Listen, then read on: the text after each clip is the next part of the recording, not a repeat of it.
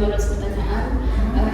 Jadi lebih merangkap kepada tema dari observasi kami kali ini adalah governance digital, di mana seperti kita ketahui ya Bu, Ombudsman ini kan merupakan sebuah lembaga, termasuk lembaga pengawasan.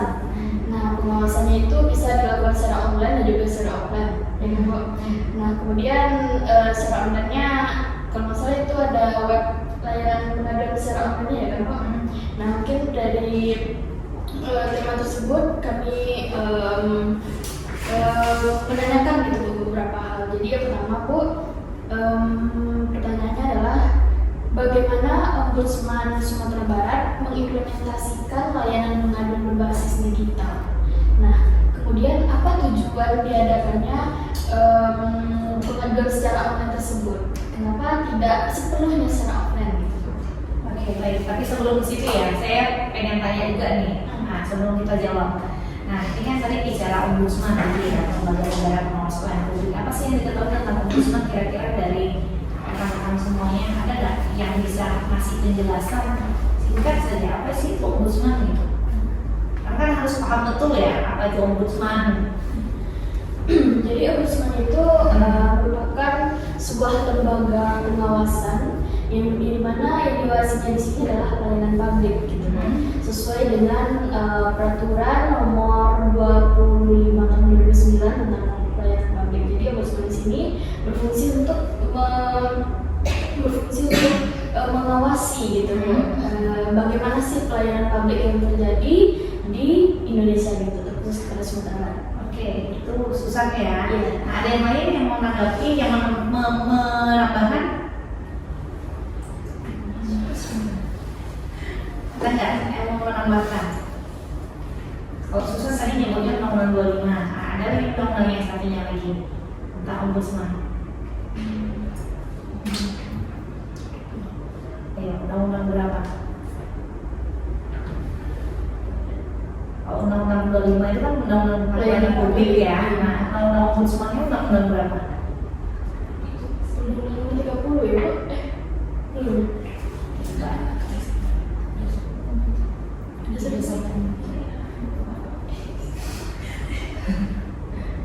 Coba undang-undang nomor berapa?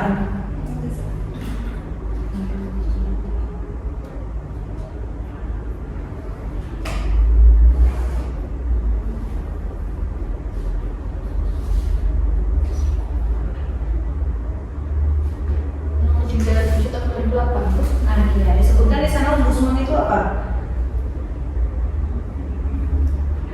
Lembaga negara dalam Undang-Undang 37 tahun 2008 ini dijelaskan bahwa lembaga negara yang mempunyai kewenangan mengawasi penyelenggaraan pelayanan publik yang diselenggarakan oleh penyelenggara negara. Baik, sampai lengkap.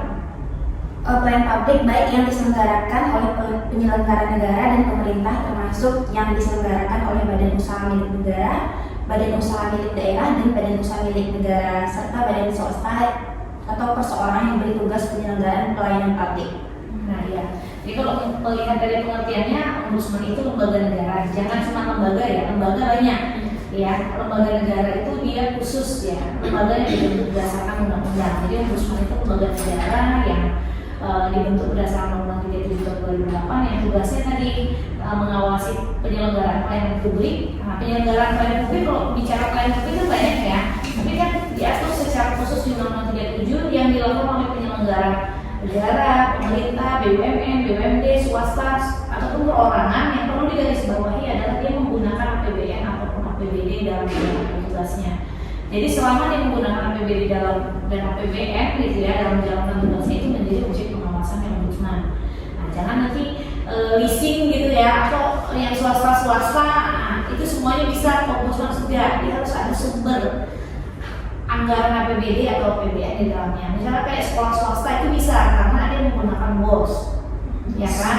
Atau misalnya rumah sakit swasta ketika dia BPJS. Jadi ada unsur uang negara di dalamnya, baru itu bisa masuk ke objek pengawasannya Ombudsman. Tapi kalau dia swasta murni, itu tidak menjadi objek pengawasannya Ombudsman. Nah, itu ya bedanya di sana. Jadi memang benar-benar dia kata ujungnya itu adalah menggunakan APBD ataupun APBN baik sebagian ataupun seluruhnya gitu. Jadi kalau nanti ditanyakan kan pasti harus dijelaskan dulu ya apa itu ombudsman ya gitu ya. Jangan kan kebanyakan orang bilang ya ombudsman lembaga pengaduan pelayanan publik jadi semuanya bisa kesini gitu ya kira-kira gitu. Padahal enggak gitu kan, ada batasan kewenangan sampai mana aja sih yang bisa diawasi ombudsman gitu. Nah tadi kalau pertanyaannya Susan mengenai kenapa sih pengaduan berbasis digital itu dibuat gitu ya oleh ombudsman gitu ya, kenapa nggak harus murni offline aja gitu ya, kenapa harus ada online? Karena kita nggak bisa menutup mata ya, sekarang di era digitalisasi nggak ada lagi kata tidak gitu ya untuk kita membuka platform-platform digital untuk masyarakat bisa mengakses pengaduan layanan di ombudsman gitu. Jadi tujuan utamanya ini sebenarnya kita membuka akses seluas-luas mungkin gitu ya kepada masyarakat, sehingga kita nggak menutup kemungkinan masyarakat itu kan ada yang berada di daerah-daerah jauh. Kalau dia datang ke kantor ombudsman, kalau kami hanya terima offline gitu ya, maka berapa biaya yang akan dikeluarkan, ya kan? Berapa banyak waktu yang akan dia ditinggalkan. Tapi kalau online itu mereka bisa duduk di rumah, tinggal ikuti aturannya gitu ya, lengkapi proses syarat formil materialnya, tinggal upload gitu ya. Kalau ya jadi gini, kalau akses pengaduan pelayanan di ombudsman itu ada beberapa. Pertama, secara offline itu datang langsung ke ombudsman atau bersurat gitu ya.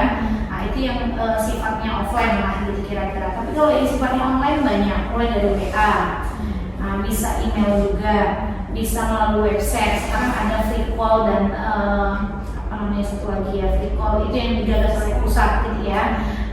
Itu bisa melalui call center 137 gitu ya. Jadi banyak platform yang disediakan ombudsman, yaitu tadi tujuannya adalah supaya memudahkan masyarakat mengakses layanan pengaduan di ombudsman gitu. Jadi tidak mempersempit gitu ya.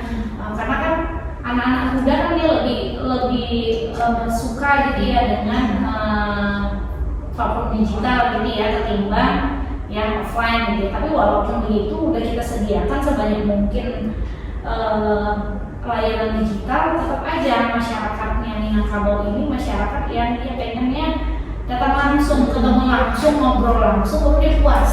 Iya. Nah, padahal kalau kita puas sebenarnya puas gitu ya, tapi ada orang yang sifatnya tatap muka dulu nih, nah baru merasa puas. Nah kira-kira gitu tuh kalau dari kenapa sih dikembangkan gitu ya. Dan di negara-negara maju pun sebenarnya malah yang tatap muka itu yang sudah sejarah, malah bisa berbanding kembali ke kita gitu ya. Kalau di ombudsman negara-negara maju itu mereka tetap buka yang offline dan online, tapi yang banyak mengakses layanan mereka itu melalui online email. Malah yang datang langsung itu bisa dihitung dengan jari, berbeda dengan kita yang datang langsung itu masih menjadi budaya dan kemudian masih menjadi akses pengaduan terbanyak setiap tahunnya. Ombudsman datang langsung itu menjadi akses pengaduan terbanyak ombudsman ketimbang melalui media-media yang lain. Melalui email itu sangat jarang sekali. Nah, kemudian kalau melalui website ada beberapa gitu ya, tapi yang paling banyak yang banyak kedua itu WA, gitu ya, WA atau surat itu akhirnya. Itu terus gimana? Ini mau saya jawab aja semuanya atau gimana nih? Atau mau ditanyain satu-satu silakan. Tanya satu-satu dulu. Nah, ya boleh. Tentu saja Ibu bertanya kepada berdua, itu langkah apa yang telah diambil oleh ombudsman dalam memastikan keamanan dan privasi pengaduan yang telah diajukan secara digital? Iya, jadi gini, di ombudsman itu kan dia punya secara digital ini yang versinya apa dulu? Kalau WA kan dia memang media komunikasi gitu ya. Tapi kalau digital ini kan kita coba anggap website lah ya. Website atau layanan pengaduan online yang ombudsman yang ada tersedia di website. Nah di website itu kalau untuk memastikan keamanan dan kerahasiaan atau privacy pengaduan itu, jadi ombudsman ini kan memang memegang teguh prinsip kerahasiaan karena memang itu diatur di Undang-Undang 37 tahun 2008. Di sana disebutkan kita memang wajib menjaga kerahasiaan kecuali untuk kepentingan umum gitu ya. Nah kalau dia minta dirahasiakan si pelapornya, maka itu wajib dirahasiakan, termasuk di layanan pengaduan online kita itu ada pilihan apakah ini laporan dirahasiakan atau tidak. Ada pilihan, jadi si pelapor itu bisa tinggal sebentar. Tapi ada beberapa hal yang tidak bisa dirahasiakan laporan itu, yang kita minta tetap harus dibuka identitasnya. Karena apa? Misalnya laporan-laporan yang berkaitan dengan identitas tertentu gitu ya. Misalnya nih, orang mengurus laporan polisi, itu kan ada nomor STL-nya ya, surat nomor laporan polisi. Kalau dia minta dirahasiakan karena laporan nggak ditindaklanjuti, sulit bagi tim pemeriksa untuk melakukan pemeriksaan karena begitu banyaknya laporan polisi nggak mungkin diusai satu-satu, ya kan? Jadi kerahasiaan itu juga nggak untuk seluruh laporan, kira-kira gitu ya. Kita bisa menyampingkan kerahasiaan itu dengan minta persetujuan pelapor dalam hal ketika memang dibutuhkan dalam pemeriksaan itu kita butuh nomor identitas nomor tertentu lah gitu ya, nomor identitas. Kalau misalnya ngurus sertifikat kan dia ada nomor sertifikat, nomor berkasnya. Kalau nggak ada nomor berkasnya beribu-ribu loh orang yang mengurus sertifikat ke BPN. Gimana kita menceknya gitu? Gimana juga mereka memeriksanya? Jadi memang hal-hal. Tapi yang paling pasti kita pastikan ke pelapor, jangan khawatir gitu ya, walaupun dibuka gitu ya, misalnya pemeriksaan membutuhkan itu, ketika ada intimidasi atau ada hal-hal yang rasanya akan membuat tertekan si pelapor, itu bisa disampaikan ke kita gitu. Jadi nanti kita yang akan menyampaikan ke pelapor, tidak boleh ada intimidasi atau apapun gitu ya ke pelapor, karena memang haknya pelapor untuk mengadu, haknya terlapor kan yang menjawab aduan itu kalau memang tidak benar apa yang dilakukan, kira-kira gitu. Jadi kalau misalnya bicara langkah-langkah di dalam memastikan keamanan dan privasi data, ya memang ada pilihan. Udah pernah buka nggak websitenya Ombudsman dalam pengaduan? Sudah kan? Ada kan di sana ya? Ada harus ngisi NIK, harus ngisi data diri dan segala macam. Kemudian nanti ada pilihan dirahasiakan atau tidak. Nah itu yang menjaminnya. Nah kemudian nanti kalau dia dirahasiakan, tetap dia harus melampirkan NIK. Karena NIK itu untuk basis data di kami saja. Kami tidak terima surat kaleng. Karena harus bisa dipertanggungjawabkan. Bisa dipertanggungjawabkan ini kan bukan berarti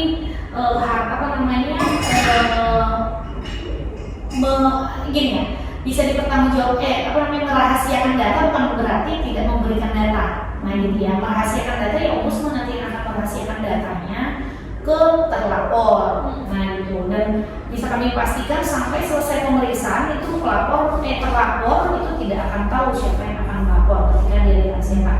Ya kalau terlapornya mau mencari tahu ya silahkan gitu ya. Nah, tapi kita tidak akan pernah mengatakan iya dia atau tidak, walaupun misalnya benar gitu ya, tapi kita tidak akan pernah bilang iya itu pelapornya, terserah itu terlapor mengasumsikannya siapa. Jadi Ombudsman sendiri tetap harus memegang teguh kerahasiaan itu, karena itu memang prinsip di kami. Itu ya kalau pertanyaannya. Ada lagi yang berikutnya? Selanjutnya Bu, bagaimanakah proses pengaduan digital yang bekerja di Ombudsman tersebut? Kemudian apakah ada batasan dalam jenis pengaduan gitu yang diajukan melalui platform tertentu? Ya jadi begini, bisa nggak kita lihat ya? Jadi kalau kita melihat coba buka websitenya Ombudsman, jadi nanti di websitenya Ombudsman itu kan masyarakat masuknya melalui websitenya Ombudsman ya. Nanti ketika laporan itu masuk dari websitenya Ombudsman, gitu kan, udah lengkap atau semua isiannya sudah terlengkap, itu nanti dia otomatis masuk ke sistemnya kami. Nama sistemnya kami adalah Simple gitu ya, sistem saya lupa ini Simple ini kepanjangannya. Simple Ombudsman itu merupakan aplikasi ya, aplikasinya sistem informasi manajemen penyelesaian laporan. Nah di sistem informasi penyelesaian laporan yang kami biasa sebut Simple, sekarang sudah Simple versi 4 gitu ya, udah versi yang terbaru.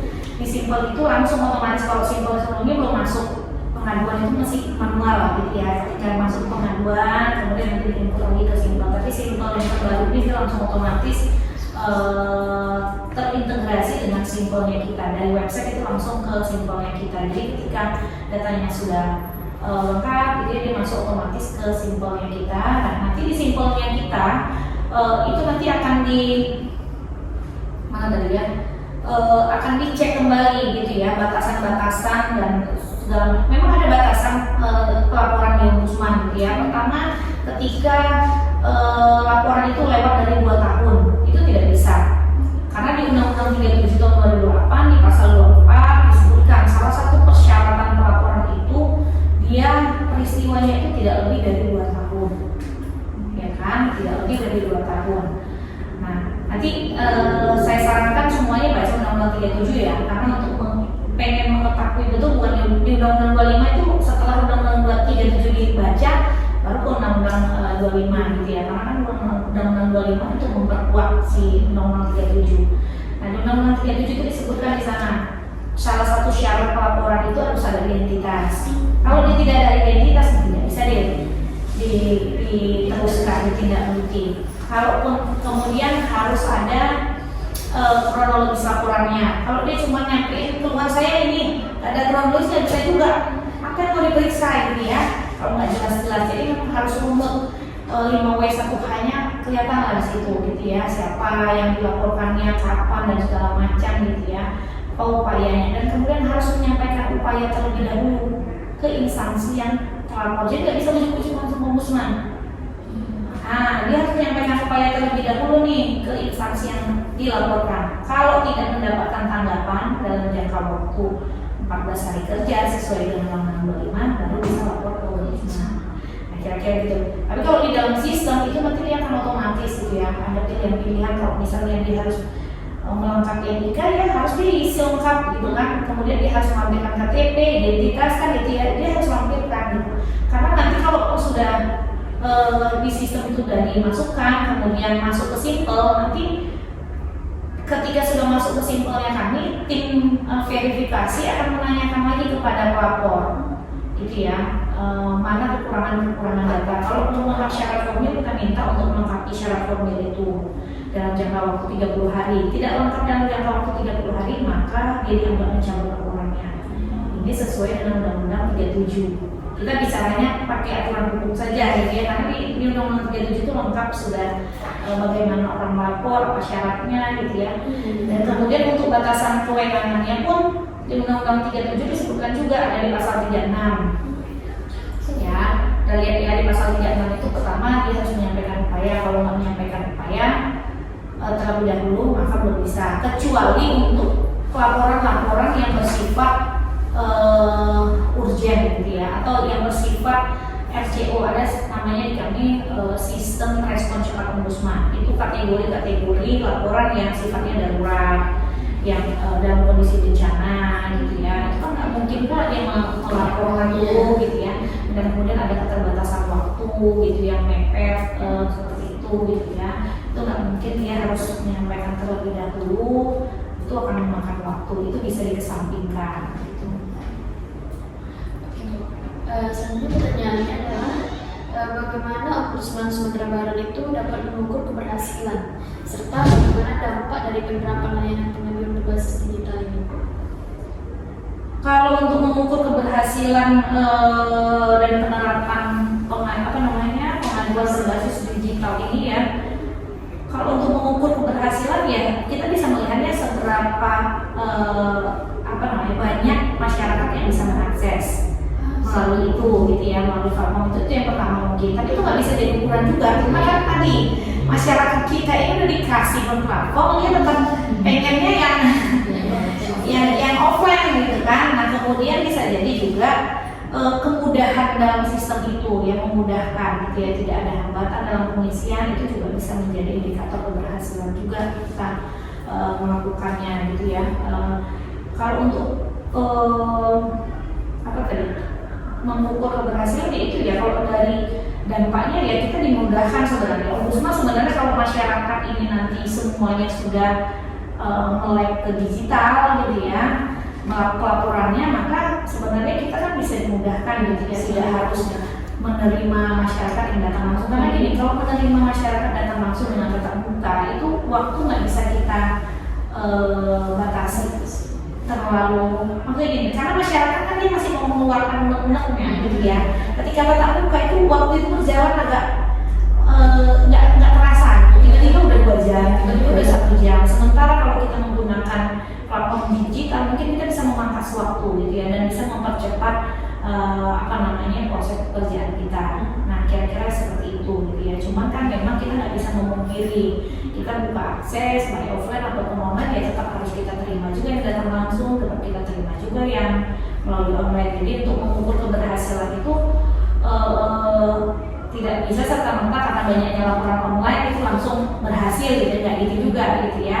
Yang mungkin kami ngambilnya dari simpelnya aja ya. Kalau pelaporan online-nya ya masyarakat menggunakan akses ya. Tapi kalau menggunakan sistem yang kami miliki, simpel yang kami miliki, itu ya memudahkan kami untuk melihat seberapa banyak sih pelapor gitu ya yang masuk per hari ini gitu ya, per detik ini, kemudian berapa banyak sih laporan itu masuk setahun, apa aja sih substansinya, dari daerah mana aja sih pelapornya, dari mana aja sih terlapornya, itu yang memudahkan. Jadi keberhasilannya kita sistem digital itu memudahkan kerja kita. Kalau kita pakai manual, kebayang kan kita harus satu-satu. Sementara kalau kita pakai digital kita tinggal tarik statistik udah kelihatan. Kita mau lihatnya per triwulan, kita mau lihatnya per bulan gitu ya, itu bisa kita lihat. Nah, seperti itu. Jadi dan untuk bentuk transparansinya biasanya ombudsman itu tiap tahun atau tiap triwulan itu buat laporan triwulan gitu ya, yang dikirimkan ke pusat, dan kita biasanya rilis juga di IG-nya kita gitu ya, berapa banyak sih laporan yang masuk. Tapi bukan by name by address ya, itu nggak boleh karena kan rahasia nama orang juga ya. Biasanya berapa banyak sih laporan yang masuk, jenis pelapornya apa sih, korban langsung nggak, puasa kah, itu biasanya kita berapa banyak diselesai. Nah, kira-kira itu substansi apa yang paling banyak dilaporkan. Itu sih bentuk transparansinya dari sistem digital yang ada. Kalau manual kan sulit banget ya, belum lagi antri, nah itu yang memudahkan. Izin Bu, selanjutnya itu bagaimana cara masyarakat melaporkan dugaan penyimpangan terhadap pelaksanaan pelayanan publik di Ombudsman ini? Ini kayaknya ada beberapa pertanyaan yang hampir ini ya, bersambung-sambung ya. Nanti kita bisa skip-skip aja ya. Jadi kalau dari cara melapor, ini ya, harusnya bisa pakai laptop. Ada bahan? Nggak ada ya? Ya sebenarnya bisa dipajang lagi ya sebenarnya ya. Bahan nggak ada di situ? Nggak ada. Oke lah. Saya ngomong aja ya kalau gitu. Iya. Jadi kalau cara masyarakat untuk melapor ke ombudsman, pertama dari alur di depan gitu ya, alur pengaduan kita di depan itu ada alur masyarakat ketika melapor datang langsung, dia nanti diterima gitu ya. Ketika diterima nanti dia akan kita bicaranya pakai alur aja ya.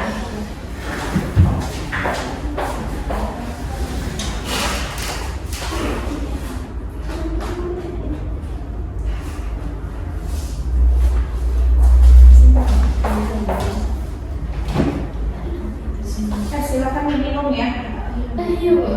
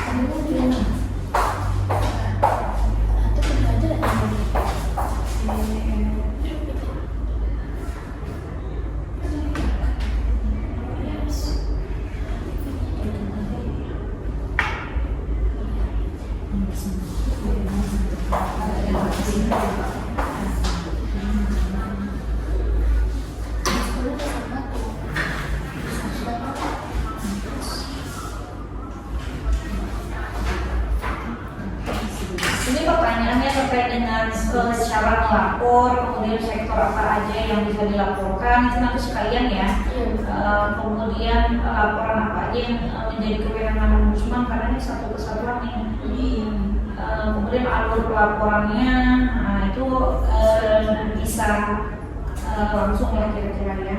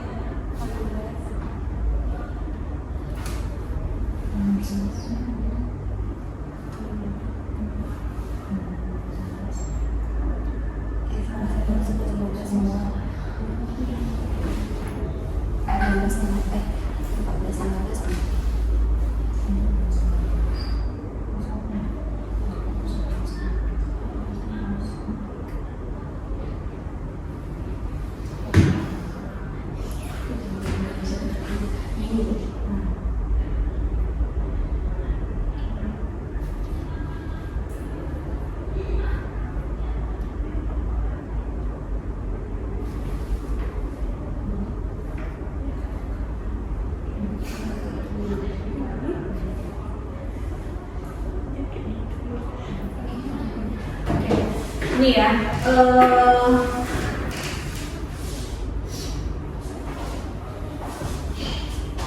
nah kalau kita melihat tata cara ini ya, tata cara penyampaian laporan itu mekanismenya banyak, caranya banyak, gitu. Bisa datang langsung, surat, telepon, email dan segala macam, gitu ya. Nah kira-kira gini alurnya. Jadi ketika masyarakat datang melapor, gitu ya, baik online ataupun offline itu pasti masuknya ke sini. Nanti akan masuk ke simpelnya kita. Di simpel itu nanti akan tercatat nomor agendanya. Nah, jadi ada nomor agenda setiap laporan yang masuk ke kita. Dari nomor laporan yang masuk itu nanti akan diverifikasi persyaratan formilnya dan persyaratan materialnya dari sebuah laporan itu, gitu ya. Kalau ini tidak lengkap secara formil, maka kita suratin pelapor. Dan jangka waktu 30 hari tidak lengkap akan ditutup laporannya karena memang di undang-undang dianggap mencabut. Kalau dia melengkapi sebelum jangka waktu berakhir, maka lanjut ke verifikasi material. Nah, di verifikasi material ini kalau misalnya tidak memenuhi kelengkapan data, tidak memenuhi syarat material, maka nanti kita akan melakukan rapat ya, biasanya tiap Senin rapat untuk meminta pendapat semua apakah laporan ini bisa lanjut ke pemeriksaan atau enggak. Jadi tahapannya di Ombudsman Sumbar itu ada dua, ada tahapan penerimaan dan tahapan pemeriksaan. Kalau di pusat itu ada tahapan respon yang coklat ini adanya di kantor pusat. Kantor perwakilan sampai hijau tahapannya kira-kira gitu ya. Jadi tahapan PVL di tahapan bidang saya itu ya, ini yang dilihat gitu. Nah kemudian kalau ini telah dilengkapi dan itu menjadi kewenangan kan tadi itu ya, apa saja sih laporan yang menjadi kewenangan ombudsman gitu ya. Laporan itu ya tadi nanti kita masuk ke situ ya sekali jalan. Nah kemudian ini kalau alur yang lama kita nggak usah. Nah apa aja syarat formil? Syarat formil laporan itu ini. Nah, syarat formil itu berupa kalau dia ada identitas diri, ada upaya, gitu ya, ada fotokopi identitas diri yang harus dilengkapi, ada surat kuasa kalau dia dikuasakan, ada akta pendirian kalau dia lembaga atau bantuan hukum dan lain sebagainya, gitu. Nah, kemudian kalau syarat material, nah ini syarat material. Nah, apakah dia menjadi kewenangan ombudsman atau tidak? Nanti ditentukan dari syarat material ini. Pertama, dia sudah menyampaikan laporan ke instansi terlapor enggak? Kalau ternyata dia sudah menyampaikan laporan ke instansi terlapor tapi tidak mendapatkan penyelesaian atau pengaduan, gitu ya, itu bisa menjadi kewenangan ombudsman. Tapi kalau sudah mendapatkan penyelesaian pengaduan dan masih dalam tenggang waktu yang patuh, itu tidak menjadi kewenangan kita. Atau dia masih sedang menjadi objek pemeriksaan di pengadilan, itu nggak bisa juga. Kalau dia masih menjadi objek pemeriksaan di pengadilan, atau dia masih proses penyelesaian di terlapor. Maksudnya gini, dia nyampein laporan keluhan baru 1 hari, habis itu datang ombudsman, kan mereka mesti berproses. Nah itu nggak bisa juga, nggak ada kewenangan ombudsman. Biasanya nanti akan kita suratin, tidak bisa kita lanjutkan pemeriksaan, gitu ya. Atau dia tidak menjadi kewenangan ombudsman, misalnya tadi dia ternyata swasta murni, ya kan, atau perorangan yang tidak menggunakan APBD/APBN sama sekali, atau warga negara asing yang dia tidak punya kitas, gitu ya. Atau pelapornya adalah instansi pemerintah, nggak bisa melapor. Jadi yang bisa melapor itu orang, ya, bukan instansi atau badan, gitu ya. Tapi warga negara Indonesia atau WNI yang punya kitas, kartu identitas mengesah, biasanya kan 6 bulan, ya. Nah, kemudian belum pernah diselesaikan dengan mediasi. Kadang-kadang dia udah pernah diselesaikan, tiba-tiba dia berubah pikiran lagi, gitu ya. Nah, atau misalnya dia nebis idem, laporannya itu sama, laporan yang sama yang dilaporkan ke ombudsman itu nggak bisa juga, gitu ya. Atau peristiwanya udah lewat dari 2 tahun, itu tidak jadi kewenangan ombudsman. Dan kemudian kita juga punya batasan. Ombudsman itu tidak bisa juga misalnya ketika laporan itu ternyata urusan perdata. Perdata ke pengadilan, atau misalnya masalah sengketa pemilu, nah itu nggak kita ke Bawaslu, nah kayak gitu ya. Jadi kita nggak masuk ke sana, kira-kira seperti itu. Nah kemudian saya lanjut aja ya, tadi sektor apa aja yang bisa dilaporkan ke ombudsman? Semuanya bisa dilaporkan ke ombudsman. Ibaratnya gini, pelayanan publik itu adalah pelayanan yang mulai dari kita masih di dalam kandungan sampai meninggal dunia, itu urusan pelayanan publik. Misalnya kayak gitu ya. Kalau di dalam kandungan orang pasti akan periksa kesehatan ibu hamil dan segala macam, gitu ya. Nanti ujung-ujungnya ke pelayanan kesehatan, ya kan, itu masuk pelayanan publik. Pelayanan sampai orang meninggal dunia, dia ngurus surat keterangan kematian, itu juga pelayanan publik. Jadi kalau bicara pelayanan publik itu ada 3 ya role lingkupnya. Ini yang menjadi role lingkup, ada barang publik, ada jasa publik, dan ada administrasi publik. Nah kalau bisa bicara barang publik ini, misalnya kayak infrastruktur, jalan, jembatan, lampu, gitu ya, itu menjadi objek pengawasan ombudsman juga, gitu ya. BBM, subsidi. Kemudian jasa publik ini jasa yang diberikan kepada ketika melayani, ya. Misalnya guru ngajar, dosen ngajar, itu kan jasa yang sedang dia berikan, jasa publik yang sedang dia berikan, itu termasuk pemerintahan publik. Administrasi publik ini keluarannya semua surat menyurat, nah kira-kira gitu ya, surat apapun itu, dan itu mesti menjadi ruang lingkupnya ombudsman selama terlapornya. Ingat lagi ya, balik yang menjadi objek pengawasan ombudsman, dia masih menggunakan APBD ataupun APBN. Kalau misalnya tadi motornya ditarik dealer di jalan, gitu ya, itu nggak urusan ombudsman. Tapi ketika dia datang ke sini, tetap kita akan arahkan, tetap kita akan terima, dengarkan, kita nanti akan sampaikan. Itu bukan kewenangan ombudsman, tapi mungkin bisa ke lembaga lain, misalnya BPSK, gitu, Badan Penyelesaian Sengketa Konsumen. Kalau BPSK-nya tidak menjalankan tugasnya, baru bisa ke ombudsman. Kira-kira gitu. Jadi ruang ombudsman cukup luas, gitu ya. Termasuk misalnya bank swasta, kan nggak bisa tuh. Tapi kita nanti arahkan bank swasta ini ke OJK. Kalau OJK-nya nggak jalan, nah OJK-nya bisa dilaporkan ke ombudsman secara tidak langsung, kan OJK-nya rekamnya ke yang swasta tadi. Nah kira-kira gitu. Jadi walaupun nggak semuanya ombudsman punya batasan-batasan kewenangan, tapi selama itu urusan pelayanan publik, ya masih ada celah untuk ujungnya bisa sampai ke ombudsman juga gitu ya, selama instansi yang dilaporkan itu memang instansi yang menggunakan APBD APBN gitu ya dalam menjalankan tugasnya. Itu tadi nyambung lah ya semuanya, bagaimana cara melapor, seperti itu cara melapornya, termasuk dia online. Jadi kalau online sama aja sebenarnya, alurnya tetap sama, yang membedakan hanya medianya, media penyampaiannya saja gitu ya. Tapi untuk kelengkapan syarat formil, syarat materialnya itu nggak ada yang beda, sama semuanya. Jadi kalau dia puasa harus ada surat puasa. Kalau nggak ya kita minta kelengkapan. Biasanya ombudsman itu ketika minta kelengkapan data selalu bersurat. Tapi pertama-tama kami telepon, kalau ada nomor teleponnya. Tapi kalau nggak ada nomor teleponnya, biasanya kita langsung suratin kalau ada alamatnya. Tapi kalau dua-duanya nggak ada, kadang-kadang dia ada nih yang melalui surat. Kita tunggu selama jangka waktu 30 hari nggak ada datang juga, nggak ada confirm, akhirnya kita tutup. Karena kami mau kemana? Ya kan, kalau melalui surat kita yang sulit, gitu ya. Melalui suratnya dia sebut di situ apa namanya? Tidak sebutkan nama, alamat, telepon, kemana kita mau mendeteksi, itu kan nggak dukun gitu ya. Tahu kita kemana orang itu mau kita suratin gitu ya, mau kita klarifikasi apa namanya, kita pastikan datanya. Itu kira-kira. Jadi ketika itu menjadi ruang lingkupnya ombudsman, otomatis ombudsman akan tindak lanjuti. Jadi masuklah tadi ke, kalau bicara alur gini ya, jadi selama dia menjadi kewenangan ombudsman, dia akan lanjut ke proses pemeriksaan. Kalau dia tidak kewenangan ombudsman, kita tutup. Itu kira-kira itu. Jadi kalau tadi bagaimana bentuk alur penyampaian online, ini udah masuk ya. Jadi ini rata-rata sudah pada masuk. Kalau kendala yang dihadapi dalam penerapan layanan pengaduan berbasis digital ini, sebenarnya kendalanya pertama jaringan, ya kan? Kalau misalnya itu, kemudian kalau terjadi maintenance, nah itu yang menjadi kendala sih. Kadang-kadang kalau lagi maintenance ya otomatis kan tidak sulit untuk menggunakan SIM card atau lagi jaringan kayak gitu ya.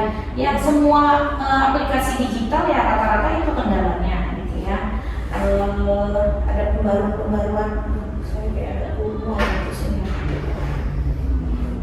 Nah itu kita percepat aja ya, boleh ya? Karena kayaknya ini agak kurang nih. Saya lanjut aja. Kemudian faktor penghambat bagi ombudsman dalam menyikapi pengaduan secara online, yang faktor penghambatnya tadi gitu ya. Kalau secara online ya tadi hampir sama lah ya, masalah jaringan, kemudian SDM kami juga nggak banyak gitu ya. Sehingga kadang-kadang banyak yang harus diproses, yang melalui surat ada, melalui telepon ada, datang langsung ada. Sekian banyak media yang harus kami buka. Misalnya kalau di perwakilan sendiri, di perwakilan Sumbar ini hanya ada 3 orang. Nah, 3 orang sementara laporan itu banyak, sehingga kadang-kadang itu menjadi kendala SDM ya untuk memproses laporan-laporan yang masuk dari berbagai kanal. Itu menjadi faktor penghambat selain masalah masalah jaringan dan lain sebagainya. Kalau jangka waktu berapa lama ombudsman menindaklanjuti pengaduan di ombudsman, jadi selama syaratnya lengkap, formil dan material, biasanya paling lama 14 hari udah naik ke pemeriksaan. Nah, nanti kalau udah di pemeriksaan itu kita nggak bisa menentukan, misalnya laporan ini selesainya 12 hari selesai, nggak bisa itu. Tapi ada yang namanya di kita itu klasifikasi laporan. Ada laporan yang klasifikasinya sederhana, sedang, dan berat gitu ya. Kalau yang sederhana ya dia paling lama itu 60 hari, bisa diperpanjang. Kalau yang sedang itu 120 hari, yang berat itu 180 hari. Kira-kira gitu. Kalau masalah efektif atau tidak dengan implementasi yang sekarang, sebenarnya ini yang perlu ditanyakan adalah masyarakatnya gitu ya. Apakah masyarakat merasakan puas? Tapi sejauh ini sih masyarakat cukup puas gitu ya dengan dibukanya kanal pengaduan online, bukannya web ya, tapi lebih ke WA sih. Mereka paling banyak mengakses gitu, WA atau telepon, karena itu lebih mudah. Kalau web itu ada sebagian masyarakat yang agak ribet gitu ya, kan jujur aja ya, misalnya kayak mahasiswa pun karena kalau udah disajikan dengan web gitu ya, yang basisnya web itu akan ribet ketimbang online. Kalau via WA kan tinggal langsung aja semuanya dimasukkan semua data gitu kan, langsung dia, kalau online itu kan ada tahapan-tahapan, kalau nggak diisi otomatis nggak bisa lanjut ke tahapan berikutnya. Itu kan kadang-kadang yang menjadikan pilihan masyarakat lebih suka yang online, itu bukan yang berbasis web atau yang berbasis web, tapi mungkin yang online yang versinya WA, telepon itu yang banyak, atau email gitu ya, karena itu lebih memudahkan, tidak ada template khusus. Nah, kira-kira gitu. Kalau WA atau telepon kan ada template khusus ya, tapi kalau web kan dia template itu sudah disediakan, kalau kita nggak ikuti otomatis nggak bisa lanjut ke tahapan berikutnya. Nah, seluruh pengaduan masyarakat, pengaduan online itu tetap diterima, ya tadi itu tetap diterima karena dia harus tercatat nomor agenda. Cuman apakah bisa ditindaklanjuti? Nah, itu tadi kalau dia memenuhi syarat formil material ya maka bisa. Tapi kalau tidak memenuhi ya lagi-lagi balik lagi dia harus melengkapi data. Gitu. Oke, berapa banyak yang ditindaklanjuti, beberapa banyak yang tidak ditindaklanjuti, ini basisnya data ya. Kalau yang mau ditanyakan ini apakah yang online saja atau seluruhnya. Tapi nanti kalau ini mungkin bisa nggak menggunakan yang tahun 2022 saja. Kalau 2022 nanti bisa dilihat di digital saja ya, tinggal ditarik aja ya datanya. Tapi kalau 2023 kan ini belum selesai, tapi setahun gitu ya. Dan itu bisa dilihat saja di aplikasi itu udah ada tertera, tinggal di capture. Kemudian bagaimana proses penyelidikan dan tindak lanjut pengaduan yang dilakukan. Itu bukan penyelidikan ya, namanya di kita itu proses pemeriksaan yang warna hijau ini. Proses pemeriksaan di kita itu nanti kita pertama kali memeriksa dokumen. Nah, nanti hasilnya adalah LHPD, laporan hasil pemeriksaan dokumen. Nah, itu di tahapan pemeriksaan. Kalau di PVL ini namanya biru ini tahapan penerimaan dan verifikasi laporan atau biasa disebut PVL. Nah, di tahapan PVL ini melihat apakah lengkap syarat formil material, kira-kira gitu. Kalau ke sini itu lebih ke substansi, pemeriksaan itu lebih ke substansinya. Jadi nanti akan cek dokumennya, kemudian dikaitkan dengan aturan dan segala macamnya. Kemudian apa sih rencana tindak lanjut? Nah, ini yang warna ini banyak ya. Ini bisa dilihat juga di ruangan atau nanti diambil ini aja. Apa namanya? Ada nggak di situ buklet? Nanti boleh bawa bukletnya, kita di situ ada albumnya juga. Ini nanti tahapan pemeriksaan itu nggak harus sama semuanya, karena tergantung bagaimana tim pemeriksa akan melakukan pemeriksaan terhadap laporan itu. Tapi biasanya pertama kali kita suratin, minta klarifikasi tertulis, kemudian nanti bisa aja pemanggilan, bisa aja konsiliasi. Kadang-kadang dengan dijawab selesai ada yang seperti itu, atau melalui telepon selesai ada yang seperti itu. Jadi tahapannya nggak bisa nggak bisa kaku gitu ya. Kalau pemeriksaan dia kan memang punya metodenya sendiri ya, jadi dia punya caranya sendiri ya. Ini semua cara yang bisa digunakan gitu ya. Yang hijau ini bisa pemeriksaan datang langsung, bisa investigasi langsung, bisa manggil, konsiliasi, apalagi bisa telepon gitu ya, dan lain sebagainya, banyak gitu. Atau kita hentikan pemeriksaan. Jadi kalau misalnya waktu sebelum laporan itu naik ke tahap pemeriksaan yang sifatnya belum ke terlapor, tiba-tiba di tengah jalan pelapor yang pilih kami sudah mengajukan gugatan ke pengadilan, maka dihentikan pemeriksaannya. Nggak bisa. Kalau sudah masuk pengadilan berhenti ya. Atau misalnya tiba-tiba pelapor mencabut laporannya.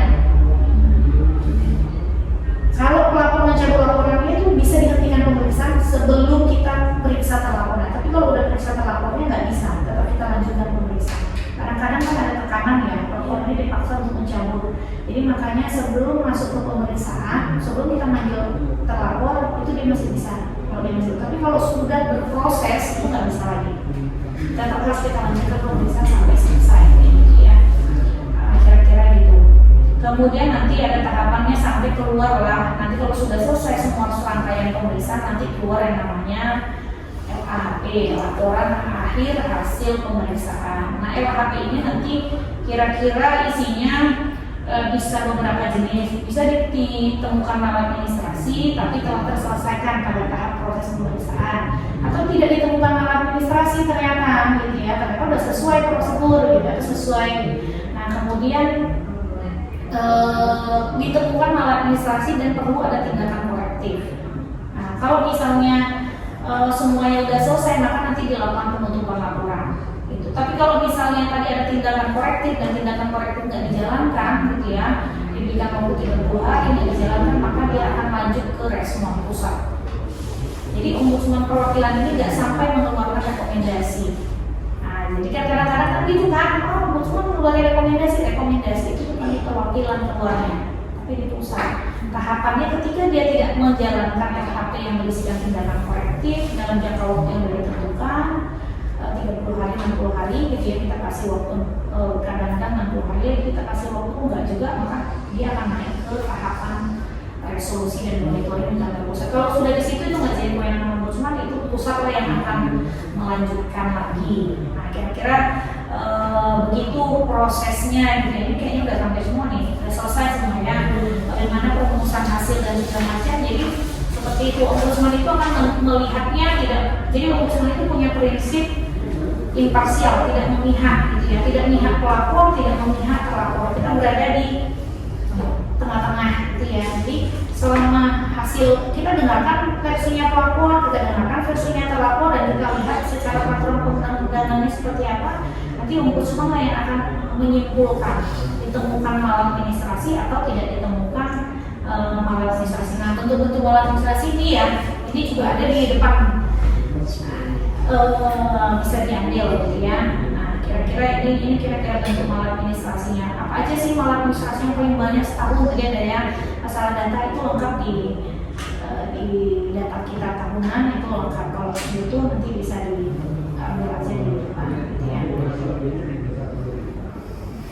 Kira-kira itu. Jadi kalau tugasnya ombudsman itu secara ini kan lebih ke pengaduan ya. Sebenarnya tugas ombudsman itu tidak hanya mengadu ya. Kalau berdasarkan pasal 7 Undang-Undang 37 tahun 2008, tugas ombudsman itu ada juga tugas pencegahan.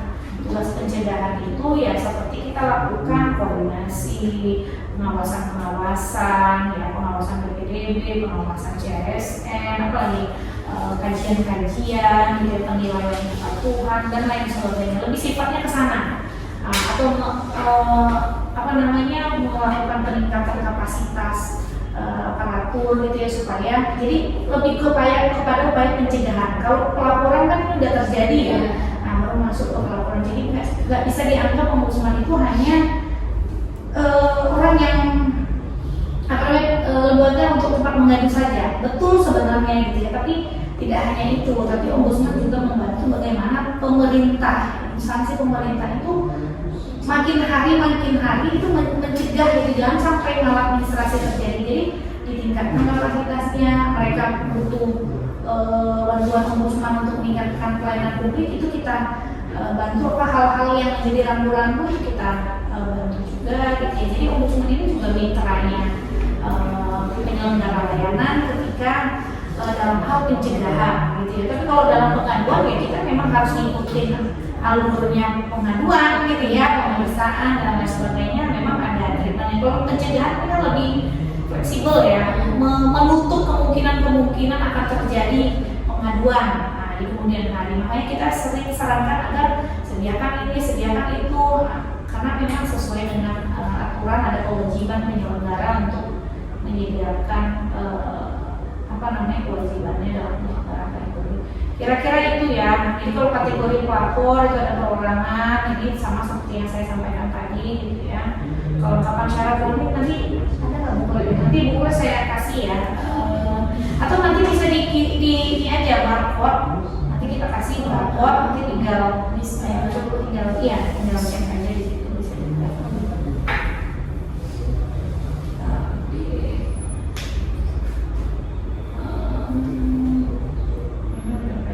Nah ini maksud saya tadi, kalau tidak dapat dirahasiakan, misalnya pemenuhan sertifikat kenaikan pangkat atau status pegawai tidak lanjut, ini proses tidak lanjut ini, karena kita masih karena diperlukan informasi rinci yang harus diketahui oleh terlapor. Jadi ada informasi rinci yang harus, misalnya ini ya sertifikat kenaikan pangkat, status kepegawaian, gitu kan, tindak lanjut laporan polisi, itu nggak bisa kayak gitu kan, karena ada informasi yang harus ditanyakan gitu. Kalau kita umum aja ya susah lah ini. Tapi kalau misalnya dampaknya luas itu bisa dirahasiakan. Kalau misalnya rame-rame gitu ya, itu bisa dirahasiakan.